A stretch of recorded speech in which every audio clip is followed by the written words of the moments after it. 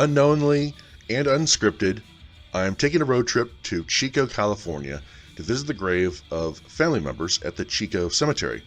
Along the way, we're going to check out historical locations and roadside attractions, because that's what I love. And by the looks of my watch, it's officially grave time.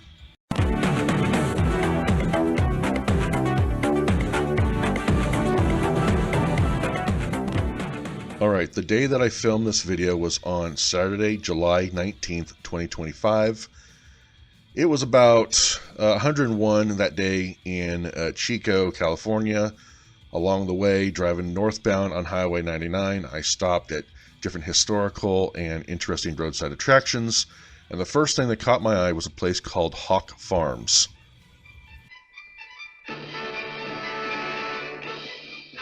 Now, as I've mentioned in previous episodes, I'm a member of the Native Sons of the Golden West, Elk Grove Parlor number 41. And I'm also a member of the Elk Grove Historical Society. I have a fond likeness to history. I'm always amazed at what has outlived its prime, perhaps. And whenever I see a plaque of some kind that is erected in the memory of something, I can't help but wanting to pull over and see it, take pictures of it, because someday it may not be there. And that's basically what's happened in the city of Elk Grove. A lot of our historical plaques have been stolen, either due to people upset at the history or just a bunch of tweakers that stole it because they need money for their fix. But here at Hock Farm, there is a plaque, and it's got bullet holes in it, because when you live out in the country and got nothing better to do, you just go shooting at everything. So this is what the plaque reads. This memorial is constructed of the original iron from the front of Hock Farm, established in 1841 by John Augusta Sutter.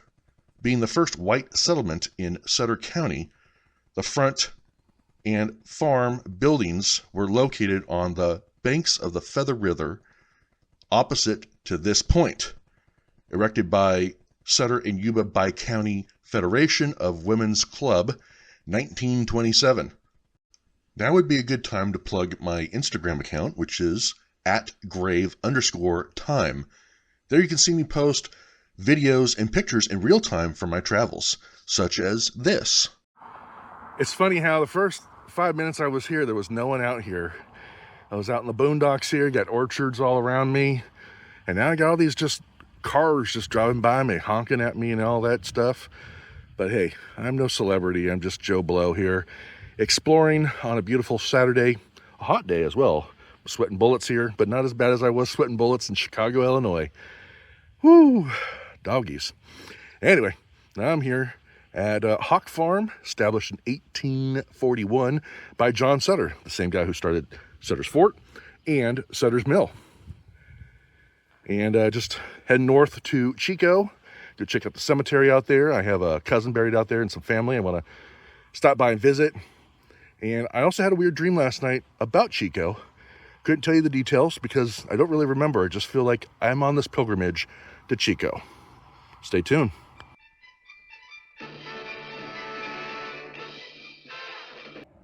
Well, after leaving Hock Farm, I headed on back to Highway 99 northbound. In about a mile and a half, I saw an interesting roadside attraction, an interesting statue of a gold miner on a property of an abandoned golf course and mini golf. And of course, I pulled over and I had to check this thing out because it would kill my curiosity to just drive past it. I'm by myself. Why not? Let's just do this. I got no one holding me back. I'm up for an adventure. Let's do this. So I spent some time on the internet looking to see if I can find any and all information about this former establishment that is now permanently closed. As you can see, it's called Mallard Lake Golf Center. I believe it opened sometime in the early 70s and closed in 2017. Someone bought the property. And just about 2019, someone finally came and removed all the remnants of the mini golf. And basically, all you can see is this building here that's got all this graffiti on it, as well as the old miner statue that's basically fallen apart due to the elements of time. Well, I just pulled off Highway 99 and couldn't resist to see old Cletus here. This is what's left of an old golf center. I don't really know what his name is. I just think it's Cletus. Hey, Cletus! Look like you're falling apart out there. Get some water. It's hot. As I mentioned earlier in my video, this is all unscripted. I'm just kind of winging this video. So forgive me if I screw something up verbally. But the information that I found about the gold prospector statue was on roadsideamerica.com, and I'm just going to read certain little things here. The prospector figure is under 20 feet tall, constructed of foam around a metal frame. Mallard Lake staffers told us the statue has no name. However, I'm calling him Cletus. Back to the story. And was originally a participant in the annual 49er parade in Grass Valley. The gold miner was retired from the parade and moved to Yuba City, perhaps as early as 1969. In the mini golf was spruced up and restored in 2014.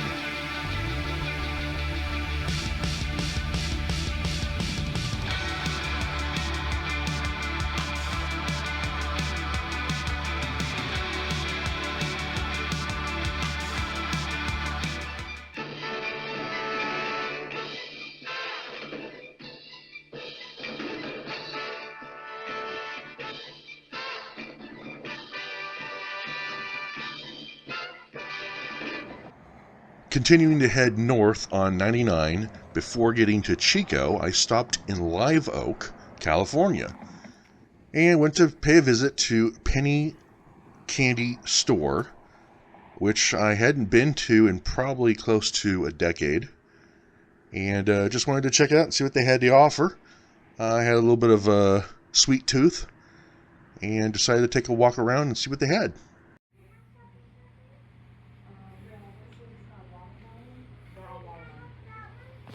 Okay, I gotta pause the video here for a moment, or just a screenshot for you of these ice cube chocolate candies. These are imported from Germany, and they're extremely hard to find. Now, I didn't buy any that day because it was 100 degrees, and I didn't want them to melt. So I'm proud of myself that I didn't buy any goodies, but I'm sad that I didn't. So there used to be a store in Sacramento, in the Sacramento area, called Wishing Well. It was a craft store. They sold holiday decorations, a lot of nickel and dime knickknacks, tchotchkes, all that fun stuff. But they also had candy, and Wishing Well always had these ice cube candies. And I remember we would buy a bunch of them. We never bought a box of them, but we would buy a bunch of them. And you would put them in your mouth, and they would be like ice cold, and they would just sit there on your tongue and melt. These things are amazing. If you ever see these out in the wild, you gotta try one of these. They're amazing.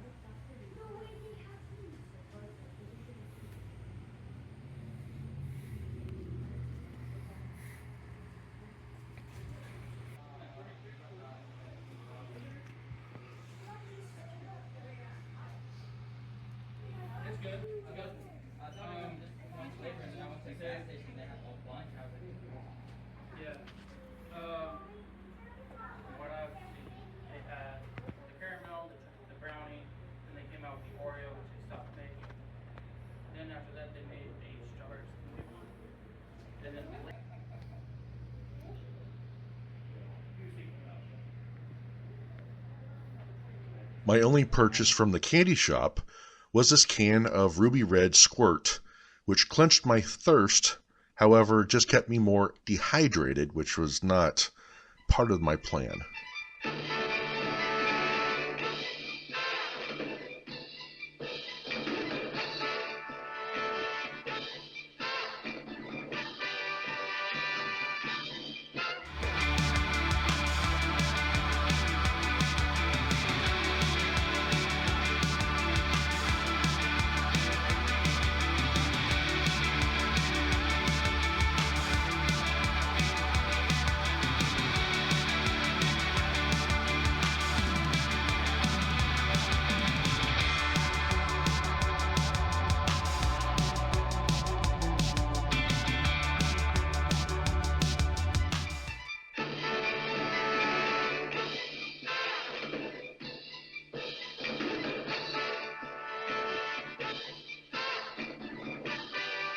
Okay, well, I finally made it to the Chico Cemetery, and I only basically had about an hour and a half before it started to get dark.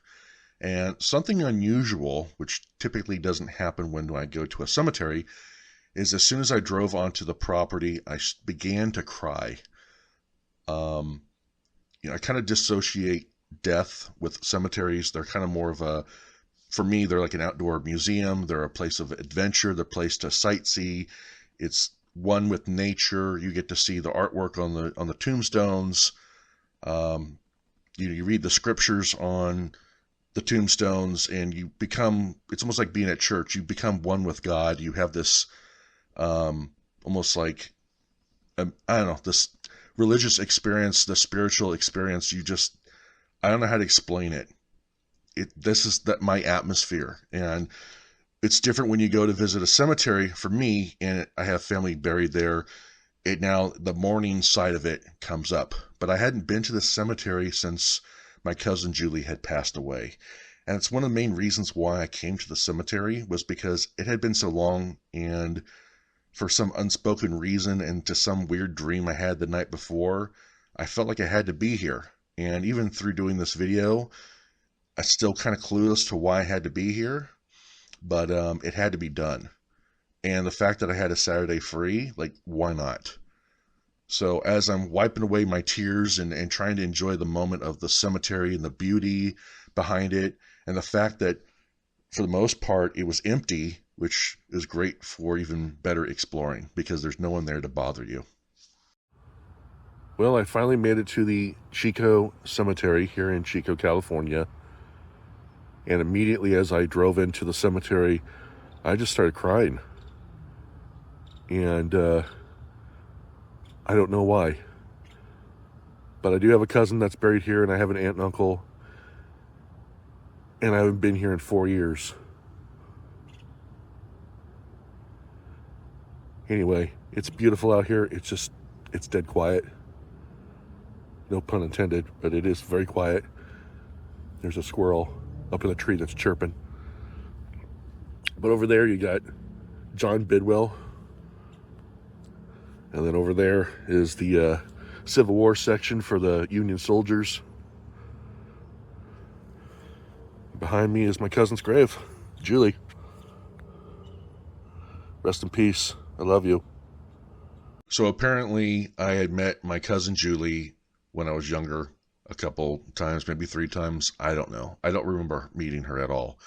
But as an adult, I've been wanting to meet more family members and get to know more of my mom's side of the family, because it's very much of a mystery to me, the history and who the people are and stuff. And me and my mom were talking about her one day, and I looked for her on Facebook. I found her. I sent her a message. We corresponded. I gave her my mom's number. My mom and her connected, and we had talked about going up to Mount Shasta to visit her. And sadly, 2 weeks after my mom had talked to her, my mom found out that she had passed away. Moving forward, the funeral was many months later, and there was a bunch of family there that I got to meet for the most part. I feel like the first time. And to be at her grave now was very difficult for me. Well, Uncle Dan and Aunt Betty, it's been years since I've seen you, that I've embraced a hug.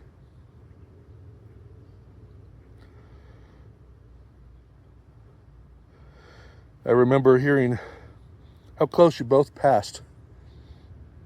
And I remember, I think, Uncle Dan, I think you were the last one to pass. And I remember hearing the news the day before I had a Bible study with my good friend Aaron.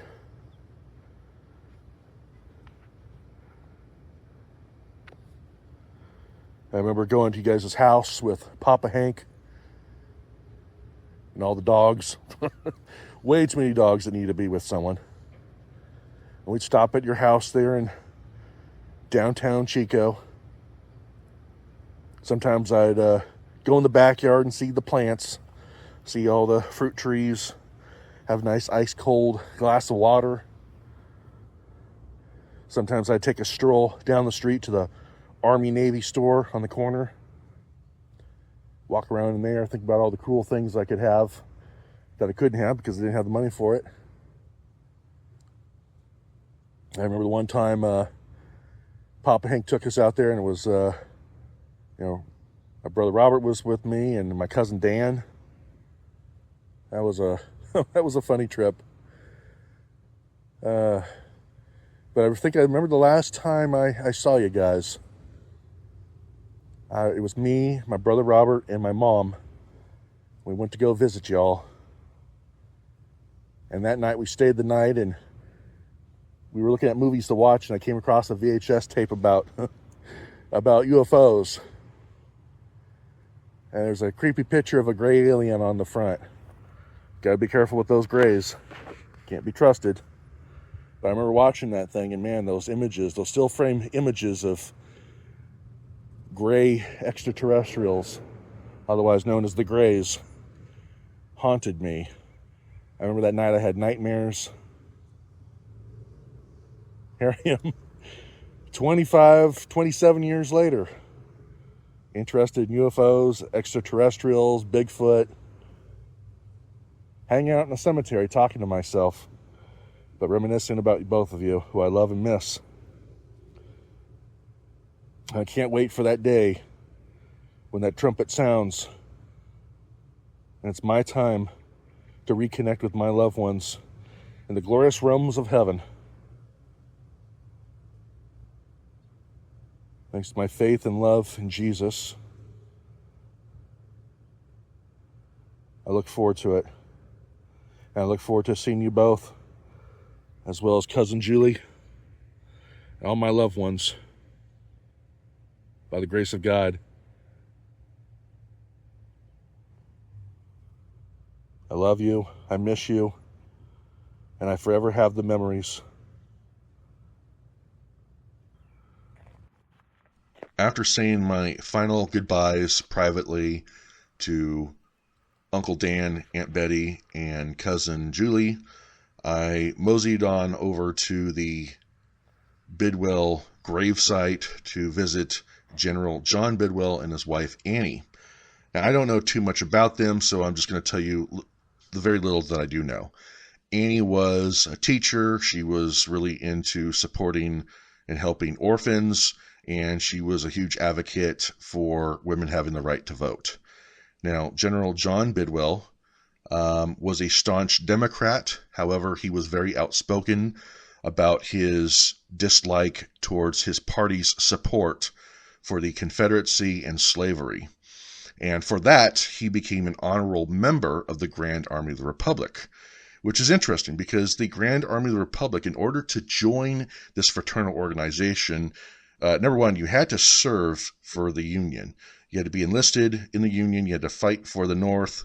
Also, you had to be a Republican and you had to be a Christian. These are three core things about being a member of the Grand Army of the Republic, also known as the GAR. So it's quite interesting that he became an honorable member, and I don't know if later on he became any of the core three things or not, but I find it very interesting that his gravesite is right across from the GAR section of the cemetery.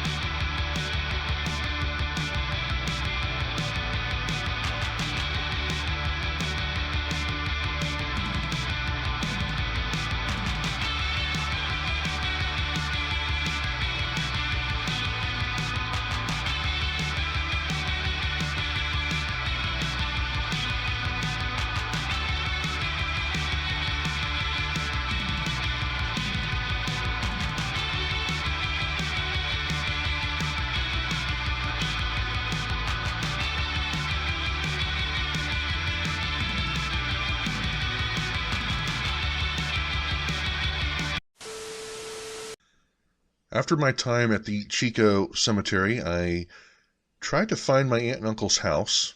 I was unsuccessful, but I did find the Army-Navy surplus store. And from there, counted my losses and decided to get back on the freeway and head home. I did stop in Gridley because I wanted to check out the cemetery there. A friend of mine, Kim Landers, who is native to Live Oak, had told me that I should stop off at that cemetery and explore it. Unfortunately, due to it starting to get dark and the limited amount of time I had, I spent about 10 minutes just driving through there. And then from there, I headed southbound 99, about 5 miles, pulled off the side of the road near the Italian restaurant, took the old country road. There's a bunch of peach orchards, and went down Koch Road. And all the way there at the end is a levee. And 60 years ago this month, there was an interesting Bigfoot sighting that happened there. But due to time restrictions and everyone's lack of wanting to watch a full video of mine, you're going to have to stick around for that episode about the Koch Road 1965 Bigfoot sighting. So I suggest you subscribe to my channel and hit that notification bell so you can be in the loop of the next Grave Time adventure. Until next time, thank you for going on this road trip with me. And hopefully it wasn't completely boring, but I would like to do more of these in the near future. And if so, please leave a nice comment down below and let me know what you think. Until next time, God bless you. Thanks for watching. Bye.